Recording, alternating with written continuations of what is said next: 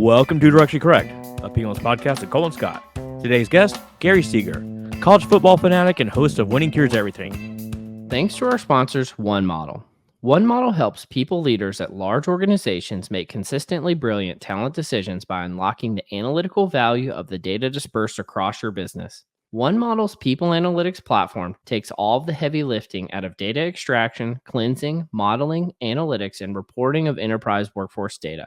One Model pioneered people data orchestration and has perfected the ethical use of AI and data science for leaders who need transparent and explainable decision support systems. HR and business teams trust its accurate reports, analyses, and storytelling capabilities. Data scientists, engineers, and people analytics professionals love the combination of governance and flexibility that no other workforce insights platform can provide.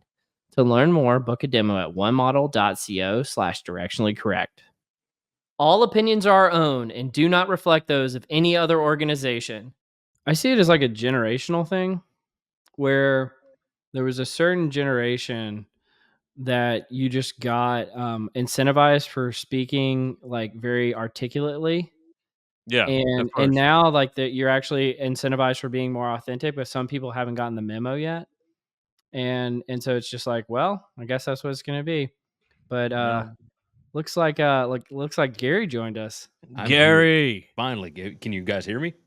got you, man. Okay, good. Yeah, I don't know what it is about StreamYard. So I do 4 different shows each week.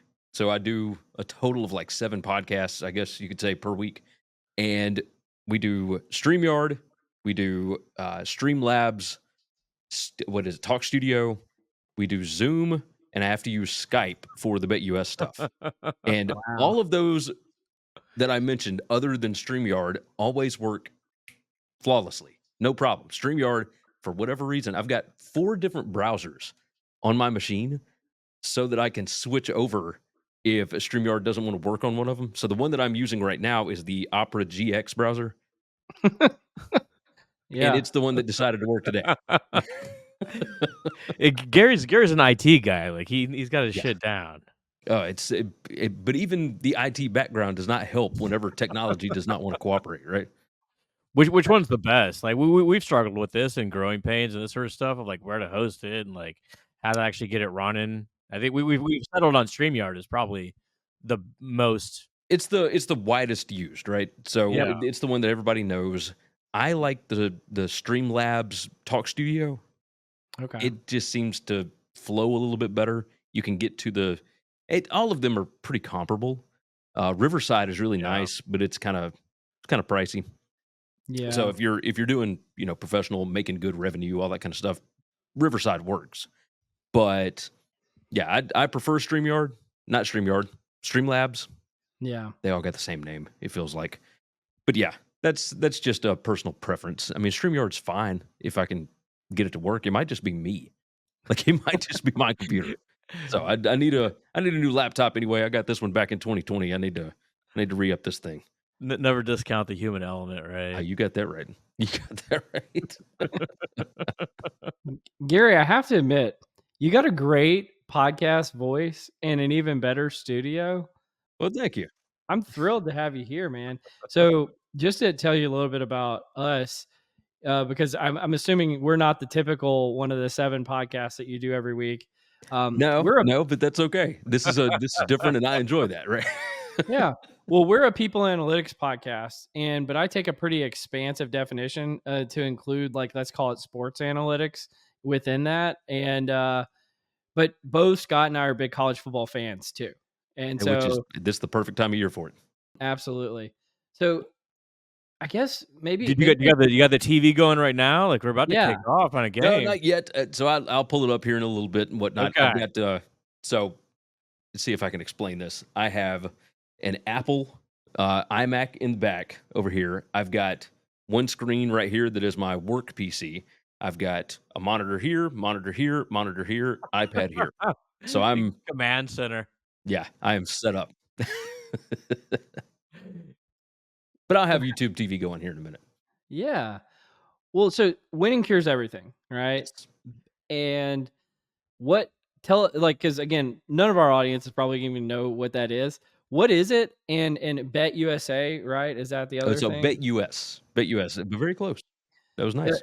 hit us with what that is real quick, and then we can just start geeking out on some of the college football stuff. But I want to just kind of tee it up.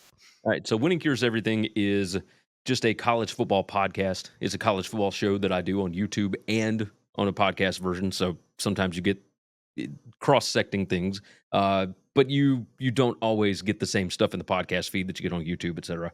But it's mainly just a place for me to go and rant about college football. That's perfect. A long I bought winningcureseverything.com back in 2012, I believe, and had a buddy of mine that we both like to talk about college football. I was in a band at the time. I just wanted somewhere that I could, blog basically, where I could go type out whatever I was thinking about the sport. And in 2016, I had another friend that reached out and said, "Hey, you're not touring anymore. You're not in a band anymore. Do you want to start a podcast?" I said, "Okay, that's actually a pretty good idea." He said, "You've already got a good name for it. You've already got the website. Like, why don't we just do a Winning Cures Everything podcast and we can talk about sports betting and whatever?" And then in 2018, it kind of took off because PASPA got repealed and once everything got legalized, it was Oh, yeah. right. So advertising deals, everybody wants to, whoever's already established in the marketplace, that's who we're going with. And, that's where things really kind of took off. The Bet US show, I don't technically, so Bet US is an offshore sports book, but I don't technically work for the sports book. I work for the media side. So BetUS TV and BetUS are two separate entities, and they're based down in Costa Rica. I've gone down there. I was not allowed in where the odds makers are and whatnot, but but it is interesting because they've got that place just locked down. There is no address for it, which I found very in Costa Rica. Apparently, you can get away with that. But if you ever wanted to try and send mail or anything like that, there is no chance. No, no.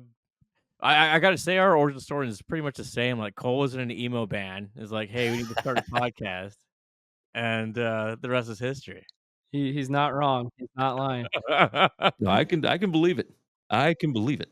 I came across you, Gary. I was cruising online. I surf college football constantly, and I think it was actually Parker Fleming was started posting these like net success ratios, and that Yep. led me over to Winning Cures Everything. And I got to say that you guys are the most analytically sound and adept college football overview that I've ever seen. It's wild. You produce these weekly charts with I don't know 30 stats for each team and predictions, which is it's such great stuff to nerd out Oh, on. yeah. And that's the thing. I enjoy the nerding out process. The problem that you run into is you can't always quantify everything that goes into a football game, right? Yeah, There's no way to really quantify emotion or anything along those lines. A player's girlfriend breaking up with him a week before the ball game, that kind of stuff, right? So trying just nerding out on the numbers is one thing, but having Kyle Hunter on the Bet US show with us, like that guy won handicapper of the decade by Capper Review, and that is nuts because there are thousands and thousands of handicappers that they track, and he hits at a just absurd rate on everything, but he is the best at college football, and I don't know exactly how he does it. He doesn't use just formulas. Like he's got a set number that he goes with, but then he manually adjusts like every game based on, well, this is where they are in the schedule, and this is what they face thus far, and here's I mean, he's got all kind of stuff, but he's very very private with it. Like he doesn't want to share it the same way that Parker and I are. Like, hey, here's the success rate, and here's the da da da da. he's scouring Instagram to see who broke up with whom, make sure Exactly. like the girlfriends are still intact. Oh, he's up at like 4 o'clock in the morning, just diving through everything, and I can't do it. I mean, I got kids, I got other jobs as well. I got other things that I got to do, so I can't dive in as deep as him. But this is his job. That's what he does. Well, I actually want to dive in a little deeper. So a while back, we had the guys who do some of the testing for the NFL Combine on our podcast, and it was incredibly fascinating conversation about like how they're able to get analytics on things that maybe you wouldn't think were possible in the past. And so a second ago, you said something off in my mind and made a light bulb go off about there's things that you can measure and there's things that you can't measure when it comes to the football game. What what are the sources of data that you guys use for the things you can measure? And then if you had a wish list for what you could measure but currently can't, or you had like a creative idea for how you could go get some of that data, what would it be? Oh, that's a great question. So Parker gets all of his play-by-play data from Sports Info Solutions, right? And it's the same one that does what is it called? The broadcast links that go out, basically all the school official stats. So he gets all of the official data that would go out to every 134 FBS team. So Um, Parker is a data scientist, correct? That yes, models all this stuff. Okay. yes, that is correct. So he works for Sumer Sports, and they do all kinds of things on, I believe, the college and the NFL side. So Okay. they're all over the place. With me, it is just publicly accessible data, right? Okay. You can get information from collegefootballdata.com, and Bill does a great job over there. You can get it from teamrankings.com, has some good stuff as well. All these different stats as far as like sack rate, et cetera, right? PFF does a good job with grades. I like to dive into some of those. Um, who else? Is it Scholastic grades, or even like how they grade out as a No, player? how they grade out as a player. Yeah, PFF does college stats basically. We got a violation in process here. Well, Gary, what do you wish you could have that you don't have right now? What would I like to have?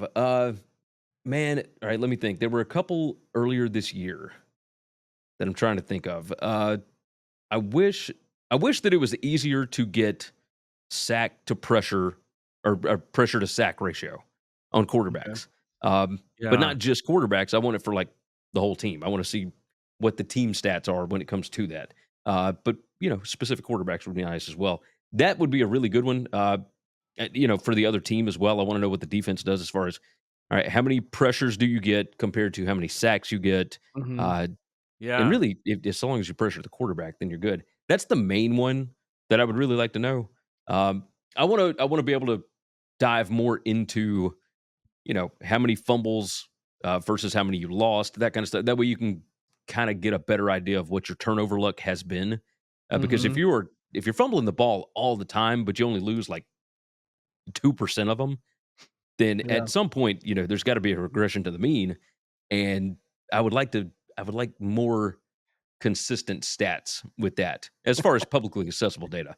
See, I thought you were gonna go a different direction where you're gonna, like, have people flying drones over football practices to see who's hurt and who's not and all that kinda No, stuff, but no. no, no, no, no. I don't need to dive that deep. But I mean that for an actual professional handicapper, yes, stuff like that incredibly important. For me, I feel like okay, we know such and such starter is not going to play. Let's just say that the backup is worth 75% of what that starter was, and then we can go from there. That is one thing that I want to start diving into eventually Yeah. is player led ratings, right? Because right now it's all mostly stats based, and you've got your priors from the prior seasons and whatnot, but the priors are effectively worthless now in the transfer portal era. So I do want to, and here's the other problem that you get into. What are these players worth on one team compared to what they're worth on another team? And I don't know that you can quantify that either. At least until because you can look at what they've done in a backup role, but if they've been going against other backups, then maybe they're performing better than they actually would if they were a starter. It's some of the stats get real interesting really quick. So And I this is why I love football or sports in general, because it's a microcosm for an entire organization which Cole and I work right, for, right? So it's like if you take one high performer on one team and put him onto a different team, you got a different sort of culture over there, or like climate anyway, different sort of leadership, a different sort of projects. And like if you do like analogous for say a football team, maybe a run first team versus a pass first team. right. Those are two different offenses, two different sort of mindsets, and that bleeds over into how you run your defense as well. And that same player may not perform. Uh, Caleb Williams. I think he's probably a coach killer. If I have a hot opinion there, Eh, I think that's the coach's fault, but that's, it's hard to defend what happened on Thanksgiving. Definitely. yeah, yeah. No, it's Well, it's very much the same in college basketball as well, right? College basketball is much more numbers oriented. And it's kind of the same with baseball as well. If you wanted me to really dive into the weeds, I would love to get more Oh, college baseball data, uh, because eventually, once college basketball's done, I'd like to dive more into the baseball side of it, but there's not a whole lot of publicly accessible data as far as that is concerned. Yeah, you got to fill up 7 hours a week of podcast talk. You better be hitting some baseball. yeah. Once the football season's done, I'm good with that. It's we just talk about storylines and whatever, and I don't have to do a bunch of the other shows that I do during the season. So it really, what all anybody really wants are just picks. Like Yeah. people just want picks on games, and Tell me it's what to do. yes, it's very it's bland, but I get it. I mean, I enjoy hearing other people's picks as well. Like, all right, what are you thinking on this game? What do you think about this matchup?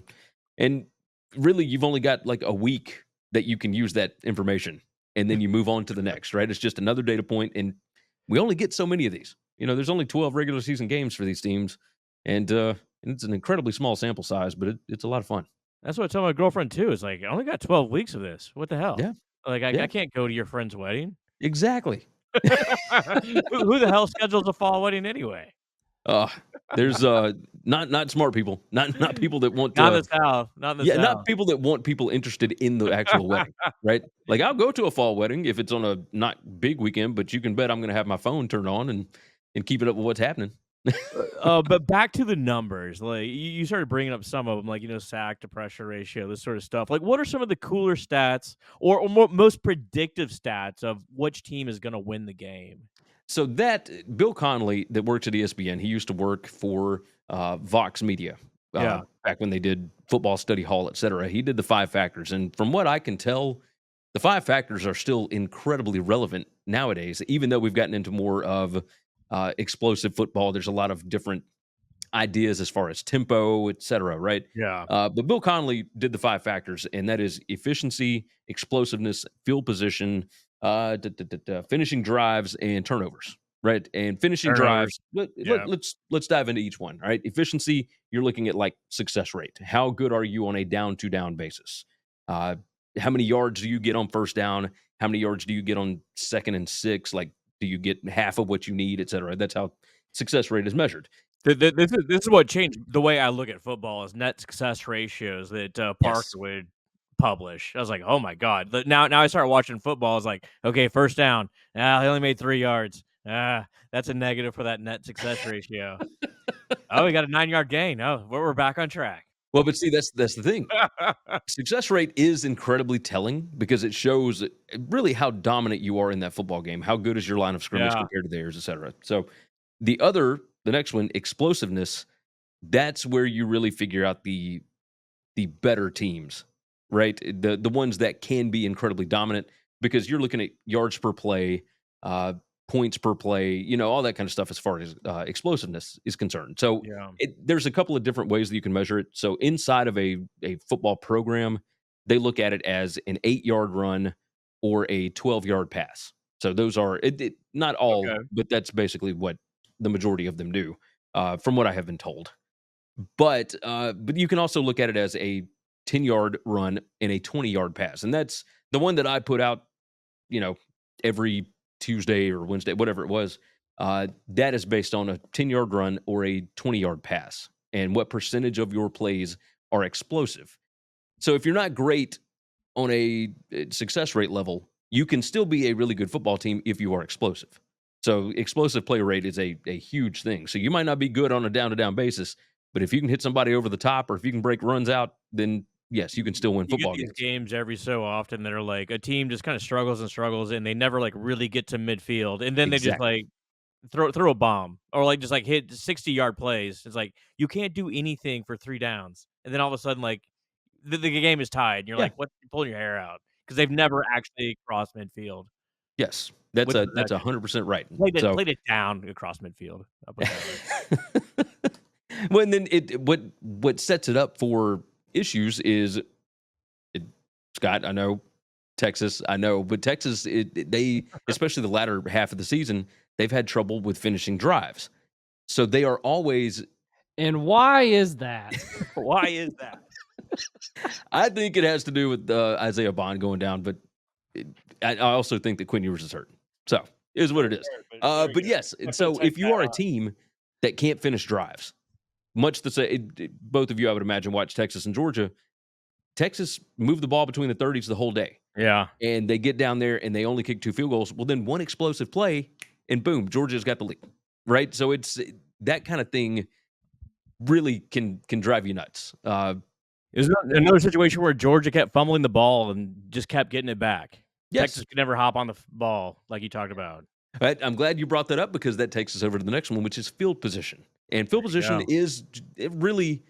it's affected a lot by turnovers, right? So yeah, you can have a really good kick return team.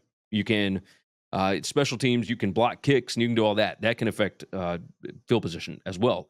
Turnovers are your biggest thing. So how many times do you get interceptions, et cetera?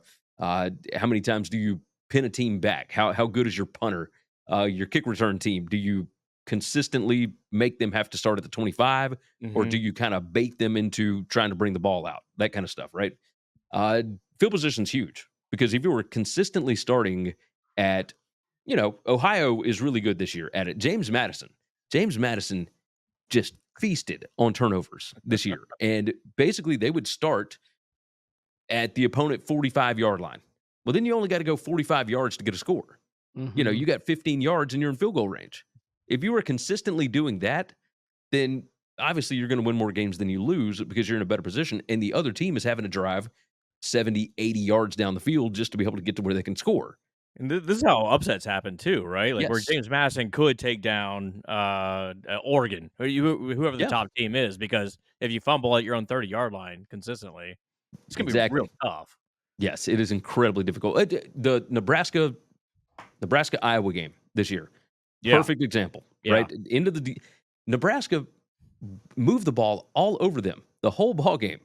In the last play of the game, they get sacked at their own 39 or 40-yard line, and Dylan Raiola drops the ball, and Iowa doesn't even have to really run a play. They can just go out and kick a really long field goal, and that's how they end up winning the game, right? So field position, they started at the opponent 40-yard line, and they just had to go out and kick a 57-yard field goal. So it just, it drives me nuts. The other two, finishing drives. Texas. Texas is the poster child of this because last year they were terrible at it. This year, they started out really, really well. Yeah, they started out great. Ewers gets hurt. Isaiah Bond gets hurt. All of a sudden, you don't have that option when you get down there. I think Ewers still is dealing with, and I'm going blank. What's the injury that he's dealing with, Scott? Do you know? He had an ankle injury recently and like an oblique muscle. It's the oblique because he hasn't given that time to heal because it really should take anywhere from 4 to 6 weeks. Yeah, he never got fully Your throwing motion, everything. You're walking. And basically, he doesn't have the same zip on the ball. Yeah. So the only passes that he's doing are the dink and dunk and back shoulder fades, like that kind of stuff, where he doesn't have to actually put something into it. You go back and watch exactly what they're doing, and he has points where he's really accurate. The beginning of the Texas-Georgia game, he looked good. He looked fantastic. Yeah. He was accurate. Everything was on, and then I feel like maybe the shot wore off, and it didn't look as good at the end of the ball game. So yeah, that stuff like where you can't finish drives, you get down inside when you have the whole field open to you, right? The whole field is wide open, and you can do all these. And Lane Kiffin is pretty crazy about this as well, where everybody just has all this room to find guys open. Yeah. But then you get down and the field shrinks, and you no longer have those open lanes. There are some coaches that do have issues with that. And this is where Texas' top 2 running backs went down before the season even started. They're like supposed to be really good. So CJ Baxter next year, look out for him. But without that threat, now you have like a really compressed field. Everything becomes much, much smaller. When I think, to your point, I think that's why Kiffin prefers the mobile quarterbacks. So when the field gets smaller, that he has that dynamism. Because if you notice, at least from me watching, it doesn't seem like they do a lot of quarterback runs when they're between the 30s. But it's when they get in the red zone that they do a lot more of that. Well, that's you're trying to steal yardage, basically. Yeah. So if nothing's open, take your gap. So yeah, I love those coaches as far as scheming and whatnot. But when you get down inside the red zone, it is. I mean, it's hit or miss, right? It's always hit or miss. And the last one is turnovers, and there's no real way to predict turnovers. I mean, you can kind of get a sense for it. I felt like I could predict them with who is it? Jalen Daniels from Kansas earlier this Yeah. year. Like the first 6 games of the season, it felt like, okay, here's the spot. This is where he's going to throw the pick, and he would always do it. But then the back half of the season, he never did. So, Well, those are the 3 things that I always thought it'd be neat if you could even if you could get a really small edge of predictive capacity could go a long way, would be predicting turnovers, predicting touchdowns on explosive plays, and predicting injuries. I think would be Wow. really, really interesting. man, yeah, if you could predict injuries, there's a lot of people making a lot of money. Yeah. I mean, certain players do show themselves as being more durable or less durable, but you kind of need them to be injured to even show that, right? Right. Like the Boise State running back, Genty, Ginty, yeah. a freaking beast, a fucking beast. This guy like takes 30 carries a game. He hasn't gone down It's once. insane. Like, Yours, the past 3 years, he's gone down for at least a couple games every year. It's yes, sort of like these. Yeah. like always. He's always going down. The Cowboys need to draft GNT. That's what we need because we're just hurting so bad. But I'm sure they'll get somebody, but do they want to pay somebody in the first round for? And that's, I mean, obviously we can dive into this as well about how do you assess what a college player is worth? Because Yeah. I mean, Genty is worth an absolute ton to Boise State, but how much would he be worth to yeah, Ohio State? How much would he be worth to Well, Tennessee this year? Et cetera. he's definitely worth a 3 seed in the playoffs. That's for sure. All right.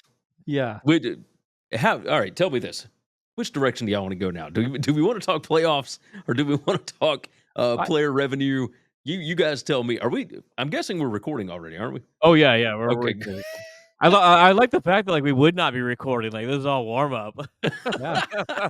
I'm diving in. I'm explaining, blah blah blah, and then it's like, wait a minute. Do We we have an article later about player revenue and how much they're worth. So how we Okay. go the playoff route? We'll save that other information for I'm later. good with that. I am totally good with that. And so I've got all the topics written down that you had sent over to me. We don't even have to hit on any of them. Well, yeah, Like, we can we do just want to have whatever. a good conversation. But let's go to the playoff route. So like here's my assessment of the playoffs. If you're going first round teams, Texas clearly has the easiest road all the way to the championship. I have no idea what you're gonna do with like a Boise being in there at a 3 seed. I'll be honest, I don't stay up late enough to watch Oregon games, so I have not seen them play at all this year. I've not seen a single Oregon game. But what you were saying earlier about explosive plays, I don't feel like Georgia has any explosive plays. I like where do they like they just have a solid defense. I mean, Scott told me you're a Bama guy. They remind me a lot of just like a solid defense. And before Saban started getting quarterbacks, you remember that era? Oh They yeah. just have like they don't have any explosive plays, but they just beat people through muscling them around. Yeah. I don't know. Like what are your thoughts on the playoff, Gary, and just what's going on there? And I do want to get to your question about playoff expansion too here in a second. So the question of did we get the right teams in the playoff? Mm-hmm. I think for the most part, yes, because really the whole thing is subjective, right? So what exactly are you looking for when you're on that playoff committee? And with Alabama, it was they had 3 losses, or they had a really bad blowout loss to a 6-6 Oklahoma team, or with SMU, they didn't beat any good teams, but they never got embarrassed, and et cetera, Mhm. right? So They had a big comeback against Clemson. Yeah. when you're trying to piece it together, it's like, okay, well, we want to represent as many conferences or as many regions as possible. And in the Southeast, you've already got Georgia, and we've got Tennessee, and we've got Texas. And now with the ACC, we got Clemson in, but we'd kind of like to have at least one other conference in this thing besides, so you've got Arizona State coming in, but that's really a Pac-12 team, if we're being honest. It's not a Big 12 team. SMU, maybe we can spin that off as a Big 12 team, right? I know they're in the ACC, but still, that's another team from Texas as opposed to just having the Longhorns, because not everybody in Yes, Texas. conference realignment is weird. Yes, Oh, we agree. It's Oh yeah, that's it's bananas. Yes, indeed. So, yes, I think the playoff got it right for what it's supposed to be right now. Do I think it's going to be like that forever? No, not even close. And I think it's going to get changed sooner rather than later. And if you would like, we can dive into that as well. So, which direction would you like to take it as far as expansion, or do we want to talk more about this playoff right now? Well, let's just talk about the playoffs in general, Okay. perhaps. I think it's clear that the SEC and Big Ten tried to finagle a way to get buys for their teams, right? But what they did not count on is that Boise State and the Big 12 may sneak in there, or at least Boise State in particular. Right. Well, we were So not that far from having like an AAC team. no, absolutely not.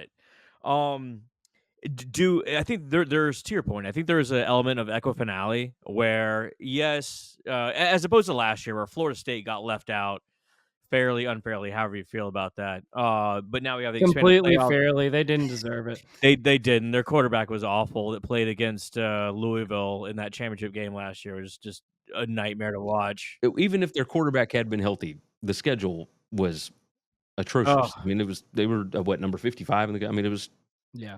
what it was. Anyway, continue. if I had a magic wand though, and I could just revamp the entire playoffs, 64 teams. Hear me out. No, I kid. Got the Mike Leach thing going on. 16 teams, BCS rankings, no automatic bids. Just seed them 1 through 16 and let them go at it. And So- I'll also have a additional thought. An NIT tournament. The remaining 16 teams will go through a second tournament to get everyone involved. I'm good with that. I like that idea. So here is the way that I believe it's going to move to 16. I think it's going to move to 16. Now, the Big Ten and the SEC basically govern the whole thing now, and that's effectively why they had to move to this iteration of it. Yeah. Because they had to have everybody on board the last time. Now they don't have to have everybody on board. They decide what they want to do. And that's why when they do the look-in clause next year, they're just going to kind of tell everybody, hey, this is the direction we're going. This is what it's going to be like from now on. They're going to change up what it takes to get in, et cetera. Josh Pate, I don't know if you guys watch him, but he talks to a lot more people than I do. And his thought process was, we're going to change up conference championship weekend. And we're going to set it to where each conference gets a certain number of automatic bids. You still have to have the G5 get in there. You still have to have wild cards and that kind of stuff so that other people have a chance to get in.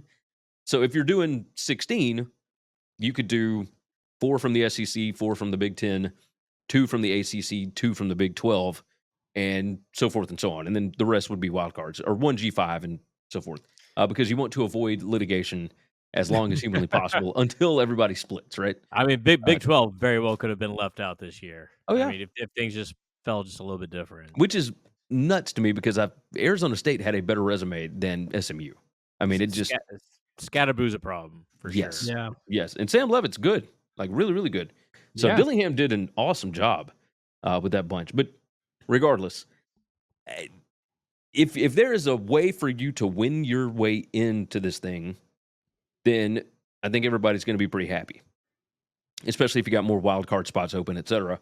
If the SEC and the Big Ten move to 4 automatic bids, or even if it's just 3, but if you move to 4, then you reshape conference championship weekend to where the conference champions don't actually play.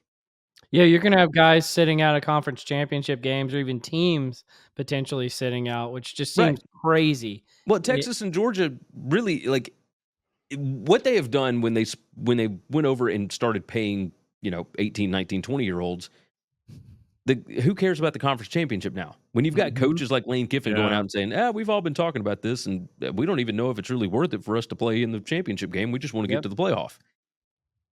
But then you got to decide whether or not the kids that are on the team actually care about the playoff, because you've got a lot of guys that are opting out, that are transferring, that don't even care to play in the playoff, which is Penn State's quarterback. Yeah. Backup quarterback. Yeah, the backup quarterback. He had his own packages and whatnot. Like, he was getting into the game. But Either way, I'm not saying that everybody doesn't care about the playoffs, Yeah. but still. So yeah, when you look at the conference championship weekends, if your number 1 versus number 2 are already gonna be in the playoff anyway, why have them play another game? Instead, if you've got a 16-team bracket, then you've got 1 versus 16, 2 versus 15, blah, blah, blah, blah. Have that be your bye weekend for the 1 and 2 seed in the SEC and the Big Ten, and then the 3 versus 6 and the 4 versus 5 end up playing each other in the SEC standings. And that way you are guaranteed a spot. You can win your way in even if you are the number 3 team in the SEC or the number 6 team in the SEC. So this year, like South Carolina could have played against Tennessee or Alabama or whatever, Mhm. right? You could have, and yes, we did see some of those matchups already. But I mean, could you imagine on championship weekend what an Oh, Alabama versus Ole Miss game would have done to get into the playoff? yeah. It'd be nuts. Yes. Absolutely nuts. So, and it's more inventory, which is what this is what they all want anyway. Yeah. Like they want more. So you're creating 2 football games instead of just 1 championship game that the championship game doesn't really have that much stakes. Like I still think the conference championship matters, but it was not that long ago when we just decided it on the field. Like whoever had the best conference record through the season, regardless of strength of schedule, et cetera, before Roy No Kramer championship decided to game. package it all up and sell it for a conference championship game. But and that was what, like the late 80s, early 90s. Well, the conference has gotten so big that the schedules are imbalanced now. I Yeah. mean, it's other than, like, the way the bowls used to be, where, like, 1 would play 5 and 2 would play 13 and be like, "Well, we'll figure it out with votes of Yeah. who actually won." And that's the way that this works. Like Indiana looked like a really good team all year, right? But they will get a chance to prove it tonight, actually. Yeah, So absolutely. That's such a burn. You're like, they looked like a good team. They weren't actually a good they team. were a good team. Yeah. But the only time we saw them against another team that is equivalent to them or had better talent, Mhm. they got destroyed. I got They did, smoked. didn't they? So, Well, I well, mean, like, on that front, what based on the stats, what was the biggest upset of the year? oh, I wrote this down. Okay, Yeah. so so I did this based on point spread, right? Okay. So you're looking for what Yeah. was the most unexpected, whatever, like how crazy was this? The biggest one was Northern Illinois over Notre Dame. I'm Oh, glad Heck you wow. brought that yeah. up because Notre Good Dame's stuff. playing Yeah. Indiana tonight, right? So that was 27 and a half points. It should have never been close. But honestly, Northern Illinois kind of dominated that game. They They did. outgained them. They had a better success rate. I mean, everything was, and that was back when Northern Illinois was healthy before they got beat up. The next one, I've got the top 5 if you would like. Yeah, Yeah. let's do it. Georgia State plus 23 against Texas State. Georgia State ended up winning that game by 8, Oh, wow. and that was it. Cool. Texas State was kind of. Do you guys know anything about GJ Kinney? No. Isn't he he's like a Mike Leach descendant, maybe? Yeah, kind of the air raid kind of Yeah. thing. Now they don't run the exact same Yeah. thing, but he's a descendant of that tree. He was the coach at Incarnate Word.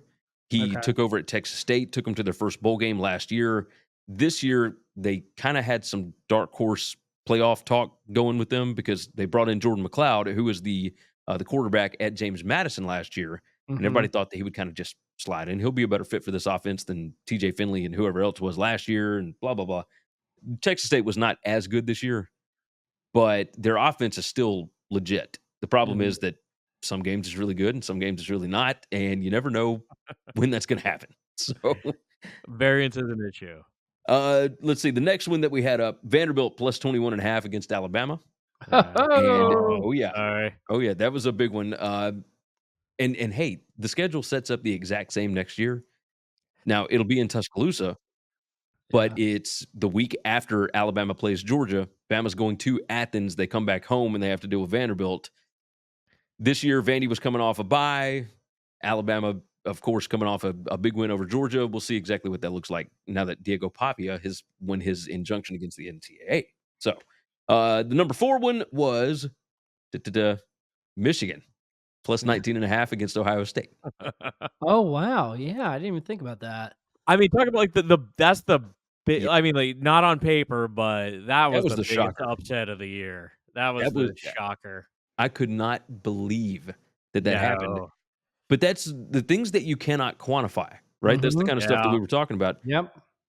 Ohio State, for whatever reason, cannot get out of their own way against that team. They have to. It's like the coaching staff was like, we have to win this game a certain way. Mhm.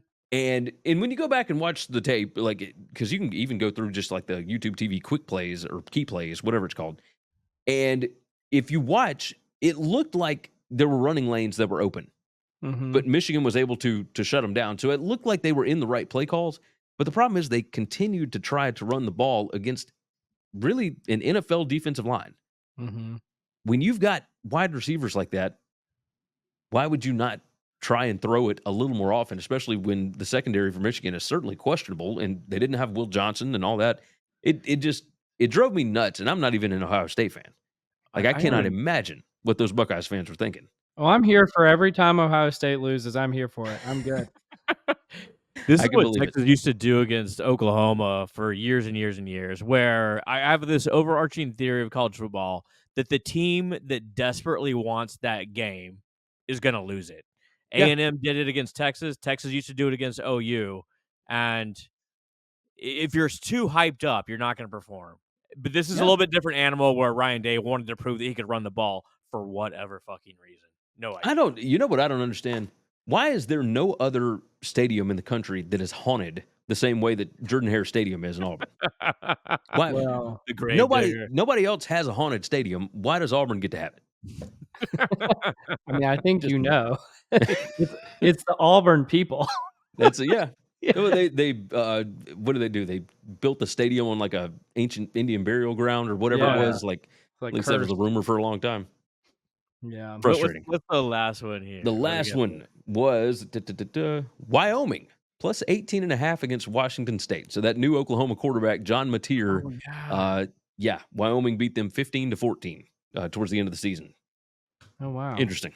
Yeah, Ben Arbuckle, the offensive coordinator for now Oklahoma.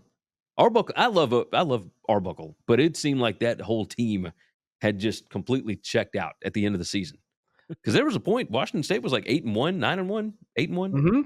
Both them and Oregon State, Yeah. somehow we're cleaning up, even though the Pac-12 was imploding, or Exactly. the Pac-2, or whatever you want to call it now.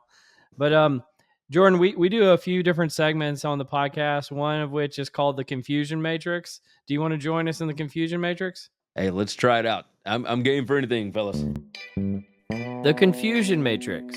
Real quick, we wanted to say thanks again to One Model, the AI and people analytics pioneer, for sponsoring the episode. And now back to the Confusion Matrix. Absolutely. Okay, this is I'm going to provide you with some controversial points. You react to them, and if Cole likes your answer, he will provide you with a social media tile that you can share with your friends and family online. Okay, here we go. College football rankings are simply a Ponzi scheme. So what I mean by this is that at the beginning of the year, say like number 8 LSU will beat number 5 Tennessee, made up rankings, and they just switch those rankings. Are either of them that good? Who knows? The next week, South Carolina beats Tennessee. They just switch those rankings, and they just swap these rankings, and we never really know how good these teams are until they finally fall out of the top 25. That's an interesting way to look at it. Yeah, I'll go with that. Sure, why not? Yeah. Well, one of the things I've appreciated about you so far, Gary, is you've been peppering us with some G5 references, which I love as a Louisiana Tech fan. So, like, I can tell you're not just like the rich getting richer and the poor getting poorer kind of guy in terms of college football. You appreciate the love of the sport. I love that. I do. It's the pageantry, the tradition, all of it, and it is just as big for the people in Boone, North Carolina, with App State, as it is in Statesboro, Georgia, as it is in Tuscaloosa, Alabama. It's all everybody loves college football. There just happen to be more people watching it whenever the Big Ten and the SEC play. Yeah. Like that's so you got to find that nice balance somewhere. Do you think it'll be the new AFC and NFC eventually? Like they'll just break off and create their own, or what's going to happen there? Yes. Yeah. Yes. Absolutely, because they don't play the same sport. That's not to say that, Louisiana Tech couldn't end up upsetting whoever from the SEC or Sure. whatever at some point, right? Because we've seen it. I was in the Liberty, not the Liberty Bowl. I was in Legion Field in Mhm. 1998, 9. Yeah. Yes, when I had to sit and watch that Hail Mary pass at the end of the game. Very frustrating.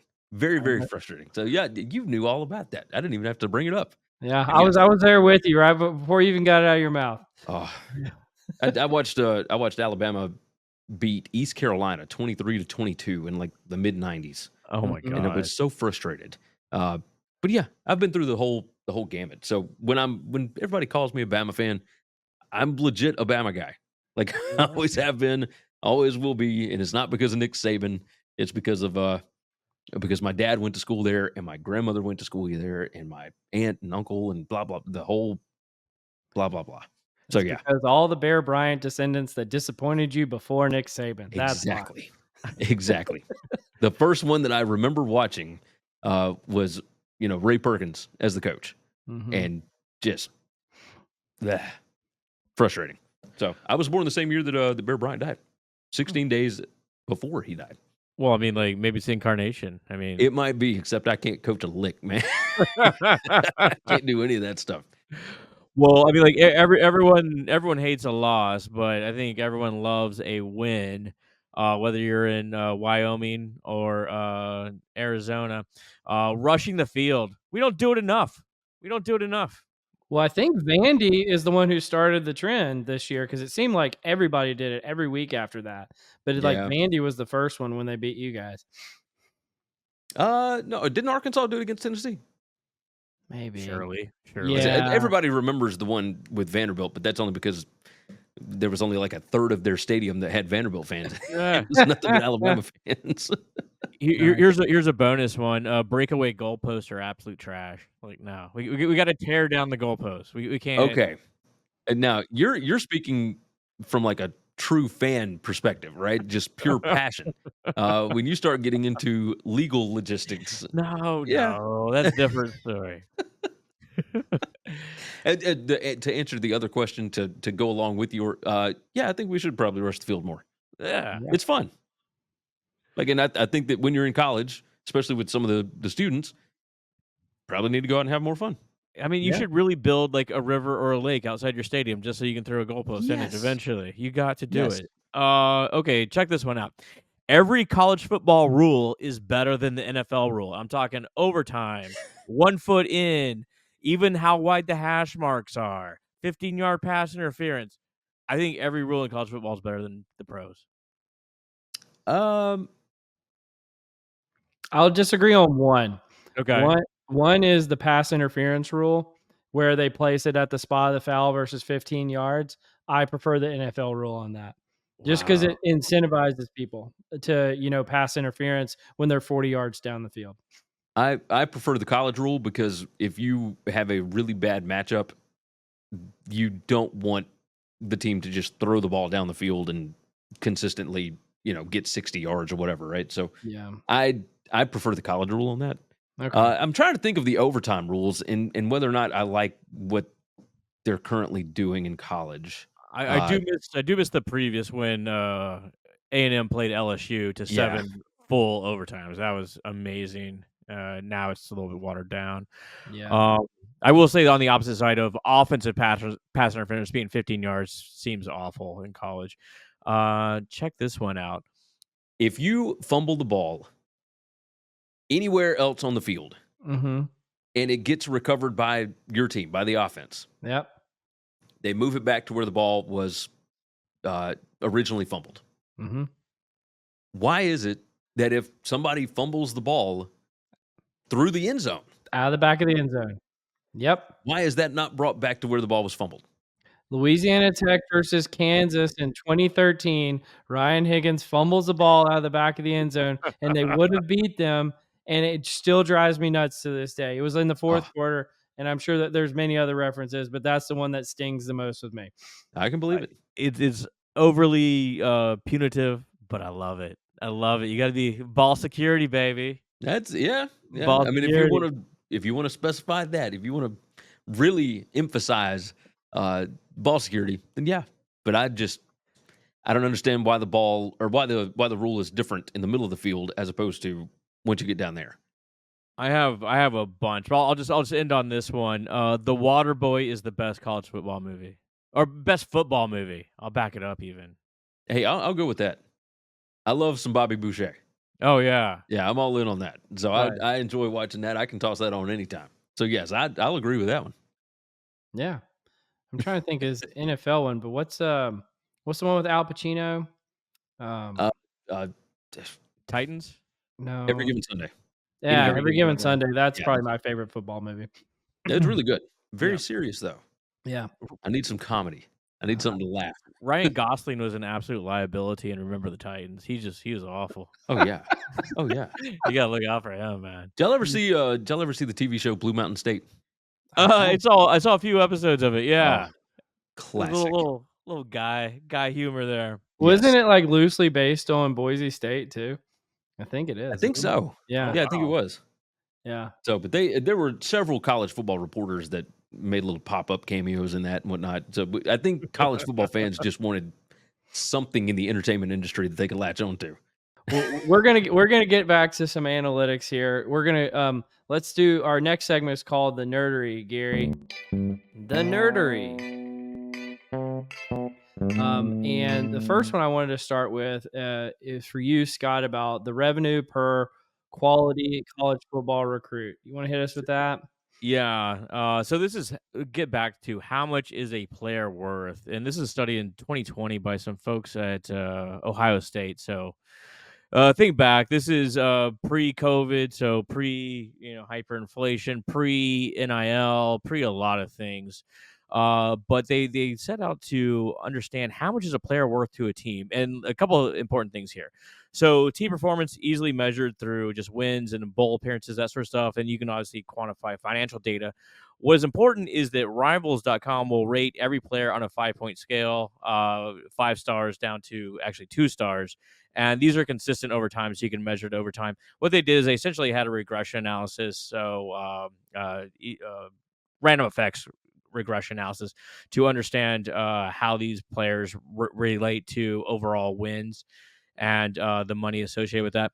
And what they found is 5-star players are worth 0.31 wins per year. 4-star players are worth about 0.06 wins per year. So you get about 5 times the impact from 5-star to 4-star. 2-star players are actually reduced the win percentage by a little bit overall. So for each, so I'm going to hit you with a bunch of numbers here. The overall monetary value for a win for a school is about $830,000, right? This is for one win. So if you multiply this out, a 5-star player is worth about $650,000 in increased revenue for the school. A 4-star player is worth about $150,000 extra revenue per year. And a 2-star player actually reduces annual revenue by about $13,000. There's a lot wrong with this study. It doesn't control for like conferences and the sort of stars that come in to these different teams, but kind of an interesting way to quantify the impact of football players and how they can impact the team. Yeah. I think it especially hurts with Texas A&M's recruiting classes where they get a bunch of 5 stars and pay a bunch of money and then they all leave before they ever see the field. Yeah. That has to hurt a lot. But I thought the interesting thing to me with that $650,000 kind of number is I keep wondering with the NIL is when is it going to get to there's going to be like an expected value of a player and that's how much they get paid. And it sounds like that expected value should be about $650,000 for a 5-star. And so these guys that are 5 stars that are getting $2 million, $3 million, $10 million, that I think is going to turn into a bad investment at some point. Am I thinking about that right, Gary? Well, you got to look at it the same way as you would in the NFL at this point, because a quarterback would absolutely be worth $2 million. But is a left guard that's a 5-star worth $2 million? Probably not. And you're probably not going to see any guards on your offensive line getting that much money. the positions of importance, your edge rushers, your wide receivers, your, as far as explosive plays, et cetera, things that can really change the outcome of a ball game. Those are the ones that are going to end up getting the most money. But it changes things as far as you just need good overall depth. There was an article at CNBC yesterday, 2 days ago. No, yesterday. Jason Belzer put it out, and it goes through the top 10 most valuable college athletic programs. So, Scott, you were talking about this was done at Ohio State back in 2020, right? Right. Well, a lot has changed since 2020. Yeah, So I wonder if a absolutely. win is actually worth more now. The top 10 most valuable college athletic programs, Ohio State is worth 1.3 billion with a B. That is, I mean, we're talking about NFL properties at this point. Sure. If that's the case, exactly how much are those wins worth to them as opposed to somebody else? Like Northwestern is, I would imagine, pretty far down the list. But yeah, and I don't recall if they. I think this is all D1, but once again, to your point, San Diego State not the same sort of realm as or ULM, not the same sort right, of payout to the bowls that Ohio State's going to get, Michigan's exactly. going to get. And when it comes to playing there, like a player that plays for Ohio State, I would imagine is probably worth more Yeah. than a player that play. And this goes into NIL. This goes into how much is a win worth. Like a win over a nobody program for Ohio State is worth nothing, but a win over a nobody program for Vanderbilt is worth a ton because then Vanderbilt can get to bowl games and they can. Diego Pavia won 6 games this year, and he's talking about $1 million deal with Vanderbilt. That feels light. That feels super light. It probably so. But to Cole's point, is this sustainable? Like, there's No, only so many billionaire, boosters out there. no, Yeah. Cole, this is not sustainable whatsoever. This market is going to crash. Like it's Well, I mean, this gets into an area that we're really getting ahead of our skis. But do you think they'll ever have like a players' union like they do in the professional sports if they ever classify them as employees? yes, if Yeah, they ever get classified as employees, though, and yeah, they don't want that. I say the powers that be don't Yeah. want that.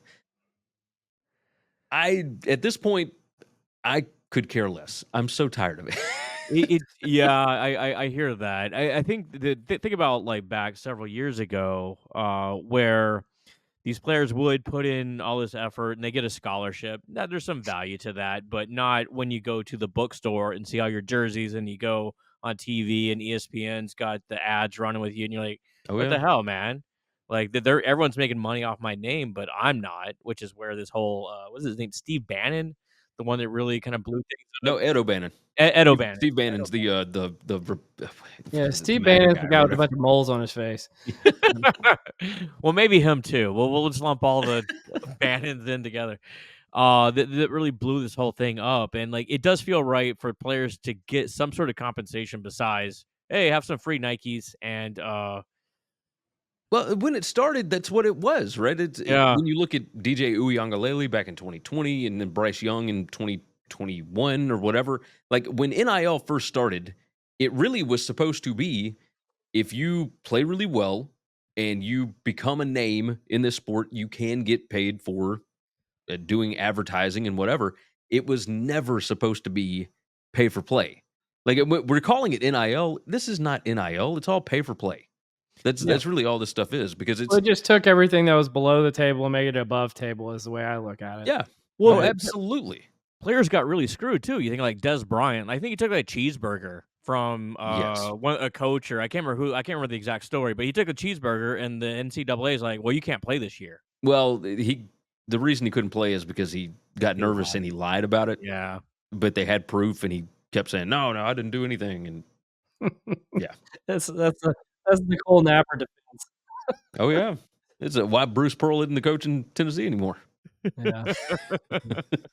Cover up's always worse. Just don't lie about it. If they got proof, come on, man. All right, let's hit you with the next one. About engineering professors make Oh, you're helmet gonna go with this one. inserts. Okay. Yeah. Yeah, Yeah, okay, this is a short video, and engineering professor makes helmet insert. So you've ever seen the players on the field? It's all loud, and they just kind of put their hands over their ear holes so that they can actually hear the radio signal come into their helmet and understand the plays. Well, this engineering professor at Michigan State University is like, yeah, I can just essentially 3D print ear hole covers. Before that, they were using duct tape, which I mean, this feels over engineered already, and I don't know. How much crowd noise is, Michigan State actually hearing? Oh, Shots fired, shots fired. Wasn't a lot this year. yeah. Maybe next year. Well, I mean, like, it's helmet technology, and it's uniform technology. If you go back and look at I'm a Texas guy, clearly. I'll see, like, Ricky Williams highlights when he broke the record in 1998. The helmets look crazy, the shoulder pads are, like, 8 feet Oh, yeah. wide, like, now Yeah. everyone's kinda slimmed down. You can definitely tell. My linebackers had the neck brace, like the neck Oh, the big dookie thing. roll? Oh, yeah. Yeah, Oh, yeah, that was that's the good badass. stuff. Back when everybody was on steroids, like Yep. it was a different era. It's so funny when you see the guys from that era who were just giant, like the Boz, Oh, yeah. Brian Bosworth. Bosworth, and like now he's in commercials, and he's like he may be Uh-huh. 220 now, and he's clearly playing well above 250 back in those days. Oh, yeah. Well, have y'all seen, like, this is a total tangent, but I can't remember what it's called. Perhaps Greg, you can tell me. But it looks like a sports bra, but it contains all sorts of a metric recording device, and it can tell you Oh, how fast the player's running down the field, Yeah, all the GPS stuff. Yeah. their shift speed and this sort of stuff. And someone was saying the other day, it's like, well, yeah, you can go to the combine and watch someone at the field in Indianapolis run a 40-yard dash, and it's a 4.2, whatever. That's great. But I know that Ashton Genty, he ran 22 miles per hour on this one play. That's all I really need to know. I don't need to know these sort of proxy metrics. Yeah. It's the NFL Combine is the underwear Olympics. I mean, Yeah. that's all it is. It's none of it necessarily really matters because now you have every bit of data that you could possibly need just from the game data. So you want to see what they're actually like when they're playing? That's how you do it because it's a completely different environment in Indianapolis. well, let me hit you with I was going to do a different nerdy article, but I just want to hear from your perspective. Why is Louisiana Tech in a bowl game this year? They're 5-7, and what happened to make that happen? And I'm assuming, Gary, that you know. And so I did some digging into it. Louisiana Tech is on the quarter system instead of the the 2 semester system, so they Mhm. still had all of their players on campus. That certainly helped out because Louisiana Tech's APR was nowhere Boom. close to what it should be for a 5-7 team to get that invitation. Well, Cole and I graduated, so I mean. Air Force was the other option Mhm. because everybody else. This happened 2 weeks after the last game of the season. Yeah, it's because Marshall fired their coach, and then the Yes. whole team, went in the transfer portal. I think it was over 35 players, and they're like, "We can't even fill it a team anymore." And so, yeah, like they just dropped out. The crazy thing was the Independence Bowl had double checked with them and with the Sun Belt Conference, and Mhm. Marshall and the Sun Belt had told them numerous times, "We're good. We're going to be there. It's no problem." And the day of the Army Navy game is when they said, you know what? We don't want to have anything to do with this. Like we don't have Yeah. a quarterback. We don't have, we've got entire position groups that are not going to be here. So we're like, we don't want to have to play our wide receivers at offensive line. We'd prefer not to do that against Army. So yeah, and it Oh, makes sense. Army being the team that was still there, they had some say in who was going to be the opponent. And when they brought up Air Force, Army effectively said, "No, we don't want to mess with the Commander in Chief trophy. We don't. No, we're not doing that. We're not playing them again. We already did that." fair enough. So after that, you start looking through all the other 5-7 teams and their APRs and whatnot, and you quickly realize none of these players are still on campus. None of them are going to want to agree to play against this Army team, and they don't want to be in Shreveport the day after or 2 days after Christmas or whatever. Yeah, So it's the Yeah. 28th. so Louisiana Tech being right down the street and the fact that they're on the quarter system, kind of made it an easy solution, I think. And it kept ULM from getting in, which is That's true. just so beautiful. That's true. Yeah. Well, Gary, it's been fantastic having you on the podcast today. Before I give you the final word, Scott, any final words for Gary? Yeah, I got 2 questions. One, do you have a way too early prediction for 2025 football season? No, I have no idea. Like Who knows? we're still in the middle of this portal situation, and I can imagine Oregon is going to be good. Ole Miss is going to buy a bunch of football players. Auburn has emptied the clip on football players this season, so I would imagine that Hugh Freeze gets a little bit better next year. As far as who's going to win a national championship, but when I, no idea. Is Arch going to win the Heisman? It's Arch going to be at Texas. Oh. Ooh, We got to see all kind of things, right? Is Yeah. Louisiana Tech going to win the national championship? They are not. They are not. That would be anywhere a close. negative. A Will lot of things Louisiana gotta Tech go win right. another bowl game? Yeah, that's Might true. be. Maybe. Might be better. Gary, I love the pod. I love the Twitter. How can folks get in contact with you if they want to reach out? The Twitter or X or whatever you want to call it, at Yeah. Gary WCE. It's very easy. WinningCuresEverything.com as well as where you can find me. Or, of course, the Bet US College Football Show. We do it every Tuesday and Wednesday at 1 p.m. Eastern. But over Christmas, over New Year's, we're going to be doing Monday shows those weeks because I ain't working on Christmas. So Yeah, fair enough. I got kids. I can't do that. But yes, we'll be doing the Monday show, 1 p.m. Eastern on the Bet US College Football Show. Awesome. Well, you've been listening to Directionally Correct, a People Analytics podcast with Cole and Scott, and today's guest, Gary Segars from Winning Cures Everything. Thanks for joining us, Gary. Anytime. Enjoyed it. Directionally Correct is dedicated to you, our listeners, to help educate and entertain you on how to effectively do people analytics. By supporting this podcast, you are helping us continue to provide valuable insights and knowledge to our listeners. Please consider becoming a patron of the podcast. You can find the link to sign up in the show notes or at patron.podbean.com/directionallycorrect. Thanks for your support.